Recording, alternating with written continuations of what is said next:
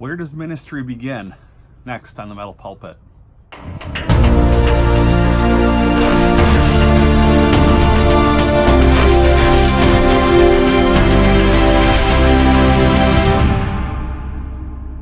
Hey, thanks for joining me. It's been a while since I've done a Metal Pulpit, and I apologize, and I don't apologize. Let me explain this a little bit.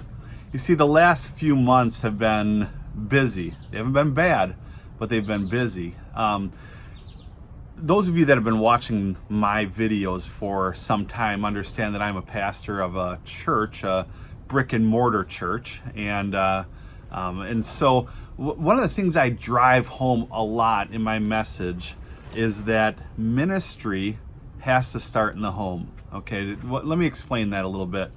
If we're going to love our neighbor as ourselves, if we're going to go feed the poor or help out the homeless or do something for the down and outs and the up and outs, whatever the case may be, you best be doing that first at home. If you're going to be a forgiving person, you better be forgiving at home first. If you're going to have a high tolerance for people that don't view things the same way as you do, that better start at your own house.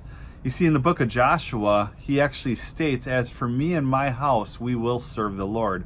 And so when you make that proclamation, when you put that plaque on your wall at home, when you inherit grandma's needlepoint cross-stitch sign that says that in cross-stitch, "As for me and my house, we will serve the Lord," you better mean it. As a Christian, you better mean it. And so that's what I've been doing. I've had to pick and choose what I am going to do and what I'm not going to do as I went through a very busy phase in my life. As you know, my mom, she passed away last October, end of October last year, and shortly thereafter, my dad said, he said, "Bob, I think I'm going to move."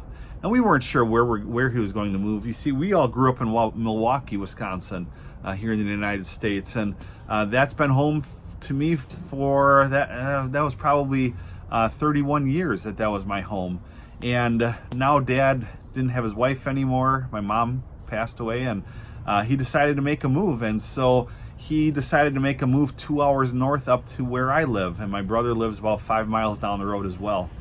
Well, that's great, and we're thankful to have him here and all of that, but at the same time, he's on a waiting list for an apartment and didn't quite know where to go, what to do, and it was just a no-brainer for me to say, "Dad, you can come live with us." And so that's what's been going on for a couple months now. He has moved in with us, and he has no intentions of being permanent with us, but my wife and I, and she's just been a rock star, has said that there's no need for him to take a place he doesn't want, that he can wait for the right apartment that he wants to open up, and he's on a waiting list. He's number one on the list. So that's what I've been up to. My house has grown by one person, and we've lost the lower level of our basement and turned that into my dad's bedroom and his living quarters, basically.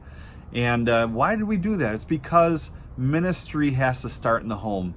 You see, this made life a little bit more busy, and I already have a busy life. I have a 3-year-old, a 10-year-old, and an 11-year-old, and the older two are in sports. I'm a soccer coach right now, 2 games per week, and my wife works full-time with premature babies. She's a NICU nurse.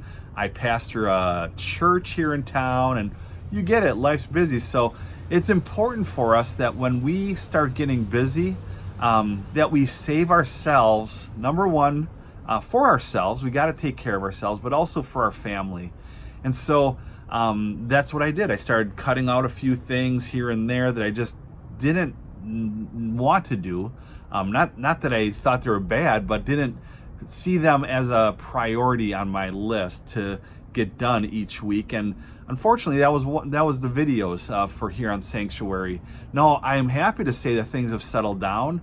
In a couple weeks, the kids go back to school, and we're going to get through this phase of life, and we're all doing well.